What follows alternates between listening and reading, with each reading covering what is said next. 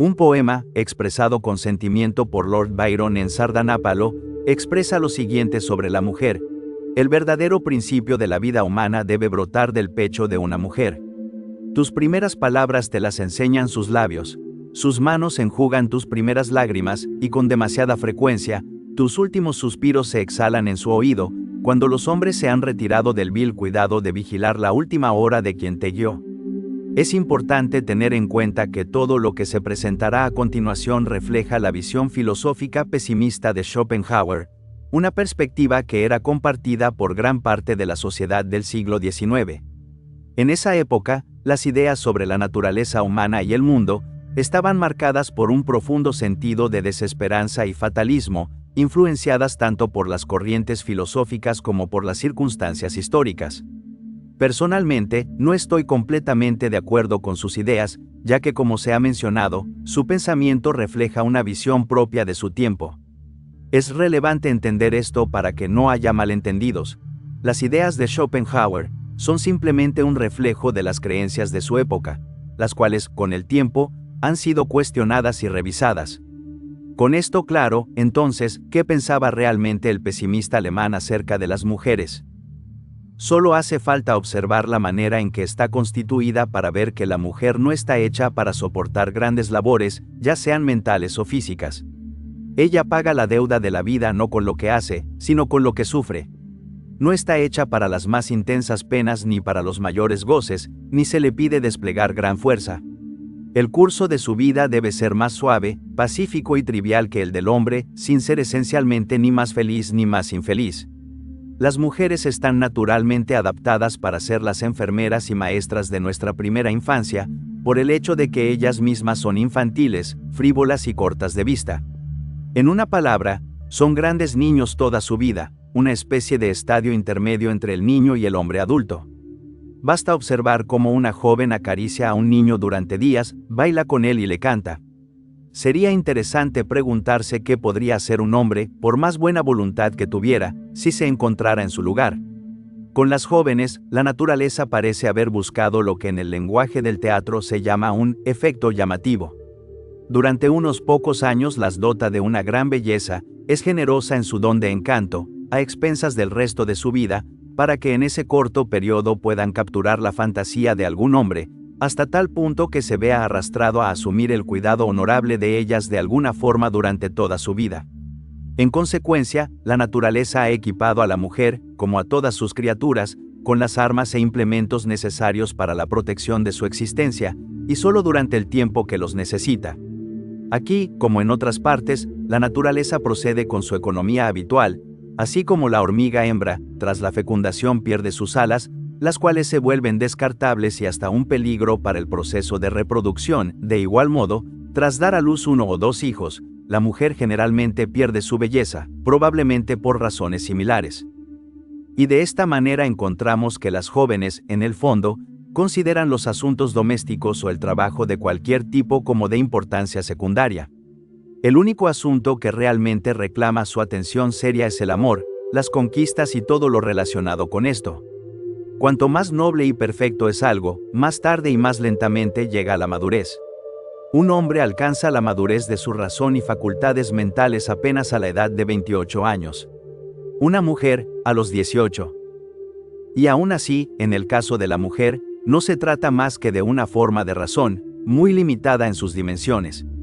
Por eso, según Schopenhauer, las mujeres permanecen siendo niños toda su vida. Nunca ven más allá de lo que tienen justo enfrente, se aferran al momento presente, toman la apariencia por realidad y prefieren las trivialidades a los asuntos de verdadera importancia. Es gracias a su facultad de razonar que el hombre no vive solamente en el presente, como las bestias, sino que observa a su alrededor y considera el pasado y el futuro. Las ventajas y desventajas que esto implica también las comparten las mujeres, pero en menor medida. Puede decirse, de hecho, que son intelectualmente miopes, aunque poseen una comprensión intuitiva de lo que está muy cerca de ellas, su campo de visión es estrecho y no alcanza lo remoto. Por eso, las cosas ausentes, pasadas o futuras, les afectan mucho menos que a los hombres. Por muchas desventajas que esto pueda implicar, al menos puede decirse a su favor que la mujer vive más en el presente que el hombre y que, si el presente es medianamente tolerable, lo disfruta con más entusiasmo. De ahí proviene esa jovialidad que es peculiar en las mujeres. No es en absoluto mala idea consultar a las mujeres en asuntos difíciles, como solían hacer los alemanes en la antigüedad, ya que su forma de ver las cosas es muy distinta a la nuestra, principalmente porque tienden a tomar el camino más corto hacia su objetivo, y en general logran fijar su atención en lo que tienen justo delante, mientras que nosotros, por lo general, vemos mucho más allá. Además, las mujeres son decididamente más sobrias en sus juicios que nosotros, de modo que no ven más en las cosas de lo que realmente existe, mientras que nosotros, si nuestras pasiones se despiertan, tendemos a ver las cosas de manera exagerada, o a imaginar lo que no existe. La debilidad de su facultad de razonar también explica por qué las mujeres muestran más simpatía por los desafortunados que los hombres, y por ello los tratan con mayor amabilidad e interés. Y también porque, por el contrario, son inferiores a los hombres en cuanto a justicia, y menos honorables y menos escrupulosas. Y es precisamente porque su poder de razonar es débil, que las circunstancias presentes ejercen tal dominio sobre ellas, y aquellas cosas concretas que tienen directamente ante sus ojos ejercen una influencia que rara vez es contrarrestada por principios abstractos de pensamiento, reglas fijas de conducta, resoluciones firmes o por la consideración del pasado o del futuro. En consecuencia, poseen los primeros y principales elementos que constituyen un carácter virtuoso, pero carecen de esas cualidades secundarias que muchas veces son necesarias para su formación. Por ello, se encontrará que la falta fundamental del carácter femenino es que no tiene sentido de la justicia. Así como los leones están provistos de garras y dientes, los elefantes y jabalíes de colmillos, los toros de cuernos, y el calamar de su nube de tinta, así también la naturaleza ha dotado a la mujer, para su defensa y protección, con las artes de la disimulación. Y todo el poder que la naturaleza ha conferido al hombre en forma de fuerza física y razón, se lo ha otorgado a la mujer en esta forma. Por tanto, la disimulación es instintiva en la mujer, y les resulta tan natural usarla en toda ocasión como a esos animales emplear sus medios de defensa cuando son atacados. Schopenhauer continúa diciendo, y cito, por lo tanto, una mujer perfectamente veraz, y no inclinada a la disimulación, es quizá una imposibilidad. Pero este defecto fundamental que he señalado, con todo lo que implica, da origen a la falsedad, la deslealtad, la traición, la ingratitud y demás. La naturaleza ha dispuesto que la reproducción de la especie sea tarea de los hombres jóvenes, fuertes y apuestos, para que la raza no se deteriore. Esta es la firme voluntad y propósito de la naturaleza con respecto a la especie, y se expresa en las pasiones de las mujeres. Sin embargo, las mujeres no tienen un conocimiento abstracto de este principio rector. Ellas solo son conscientes de ello como un hecho concreto, y no tienen otro modo de expresarlo más que mediante su comportamiento cuando se presenta la oportunidad.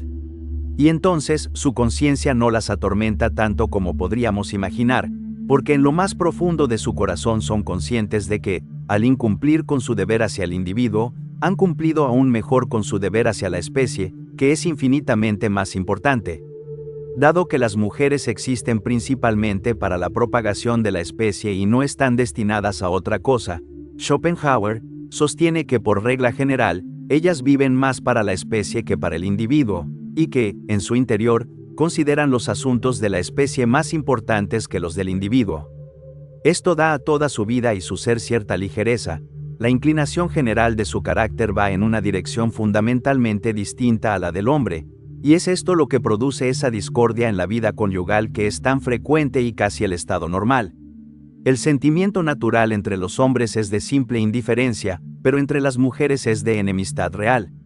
La razón de esto es la envidia profesional, que en los hombres no va más allá de los límites de su propia ocupación particular, pero que en las mujeres abarca a todo el sexo. Incluso cuando se cruzan en la calle, las mujeres se miran unas a otras como si fueran rivales en una disputa, como si pertenecieran a facciones opuestas, y es un hecho evidente que cuando dos mujeres se conocen por primera vez, se comportan con más rigidez y disimulo que dos hombres en una situación parecida. Además, mientras que un hombre por lo general conserva cierta dosis de consideración y humanidad al hablar con otros, Incluso con quienes están en una posición muy inferior, resulta intolerable ver con cuánta altivez y desprecio suele comportarse una dama de alta clase hacia otra que se encuentra en un rango social más bajo. Como continúa Schopenhauer, en lugar de llamar a las mujeres bellas, sería más acertado describir a las mujeres como el sexo no estético. Ni para la música, ni para la poesía, ni para el arte tienen realmente sentido o sensibilidad alguna. Es una simple burla cuando fingen tenerlo con el único fin de reforzar su afán por agradar. Como resultado, son incapaces de tomar un interés puramente objetivo en nada. Y la razón de esto es la siguiente. El hombre intenta dominar directamente las cosas, ya sea entendiéndolas o forzándolas a su voluntad, pero la mujer está siempre y en todo lugar, reducida a obtener esa dominación de forma indirecta, es decir, a través del hombre. Y cualquier dominio directo que pueda tener está completamente limitado a él. Según Schopenhauer, está en la naturaleza de la mujer ver todo únicamente como un medio para conquistar al hombre. Este fenómeno puede observarse fácilmente en su comportamiento, incluso en situaciones que requieren concentración o aprecio intelectual, como cuando asisten a una ópera o una obra teatral. La simplicidad infantil con la que siguen conversando durante los pasajes más sublimes y las obras maestras más grandes refleja esta inclinación. Esto concuerda perfectamente con el hecho de que las mujeres comunes no tienen ninguna verdadera sensibilidad por el arte, pues la naturaleza procede en secuencia estricta, sin saltos. El pesimista alemán continúa, y cito, por eso, con ese absurdo arreglo que les permite compartir el rango y título de sus esposos, son un estímulo constante para sus ambiciones carentes de nobleza. Y además, es precisamente porque son filisteas, que la sociedad moderna, en la que ellas ocupan la delantera y marcan el tono, está en tan mal estado. Según Schopenhauer, las simpatías entre mujeres y hombres son solo superficiales y no alcanzan ni la mente, ni los sentimientos, ni el carácter. Él sostiene que sus debilidades deben ser tratadas con consideración, pero que mostrarles una gran reverencia es sumamente ridículo y nos rebaja ante sus ojos. Cuando la naturaleza dividió a la raza humana en dos, no trazó la línea exactamente por la mitad. Estas divisiones son opuestas y polares. En otras palabras, la diferencia entre ellas no es solo cualitativa, sino también cuantitativa. Esta es la visión que los antiguos tenían de la mujer, y también la que se conserva en algunas culturas orientales. Schopenhauer consideraba que la opinión oriental sobre el rol adecuado de la mujer era mucho más acertado que el nuestro, marcado por las antiguas ideas francesas de galantería y nuestro sistema absurdo de reverencia, que él veía como el más alto exponente de la estupidez cristiana titánica. Según él, estas nociones solo han servido para volver a las mujeres más arrogantes y altaneras, hasta el punto de que uno a veces recuerda a los monos sagrados de Benarés, quienes, conscientes de su santidad y posición inviolable, creen que pueden hacer exactamente lo que les plazca. Schopenhauer, con su visión filosófica pesimista, sostenía que en Occidente, la mujer, y especialmente la dama, se encontraba en una posición falsa. Desde su perspectiva, la mujer no es en absoluto digna de ser objeto de nuestro honor y veneración, ni de ocupar una posición más elevada que la del hombre. Las consecuencias de esta posición falsa, desde la mirada schopenhaueriana, son suficientemente evidentes.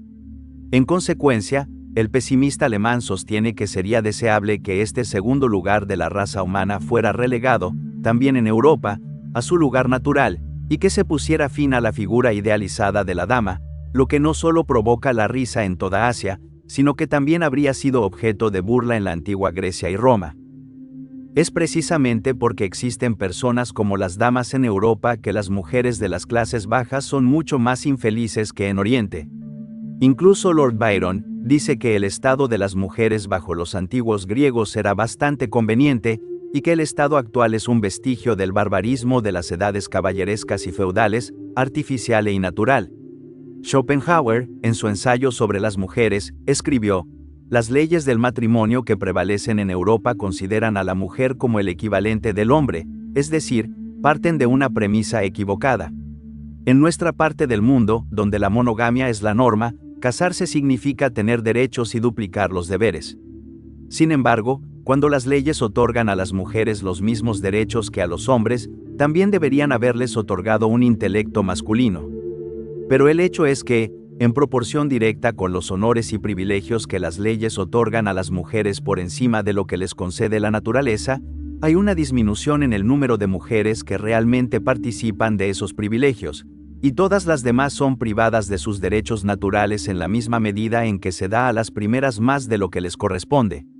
Donde prevalece la monogamia, el número de mujeres casadas es limitado y queda un gran número de mujeres sin apoyo ni sustento, que en las clases altas vegetan como solteronas inútiles, y en las clases bajas sucumben al trabajo duro para el que no están capacitadas, o bien se convierten en prostitutas, cuya vida carece tanto de alegría como de honor. Las mujeres cuya lamentable situación se describe aquí son el inevitable contrapeso de la dama europea, con su arrogancia y pretensión. El pesimista alemán continúa diciendo lo siguiente: además, la concesión de derechos antinaturales a las mujeres les ha impuesto deberes también antinaturales y, sin embargo, el incumplimiento de estos deberes las hace infelices. Permíteme explicarlo. Un hombre puede pensar a menudo que su posición social o financiera se verá afectada si se casa, a menos que logre una alianza brillante.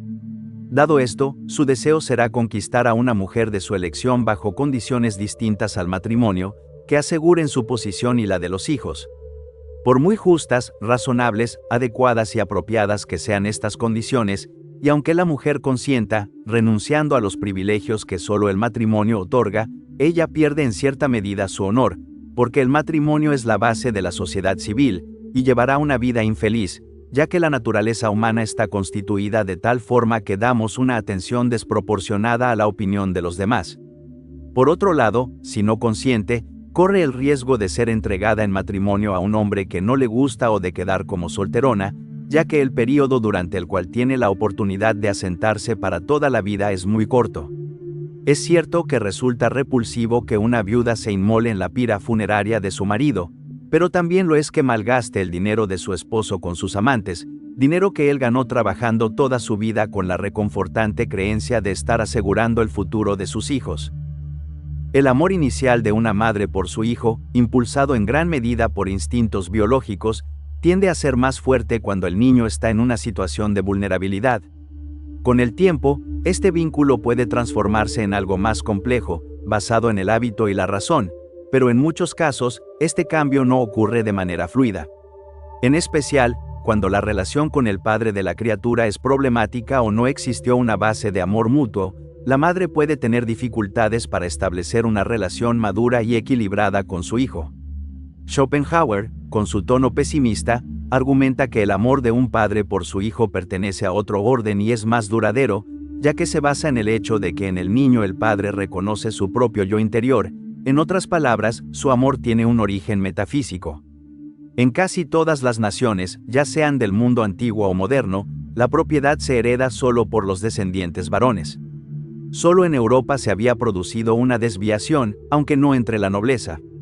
Sin embargo, que la propiedad, que ha costado a los hombres años de trabajo y esfuerzo y ha sido ganada con tanta dificultad, acabe en manos de mujeres que luego, en su falta de razón, la malgasten en poco tiempo, o la desperdicien de otro modo, es un agravio y un error tan grave como común.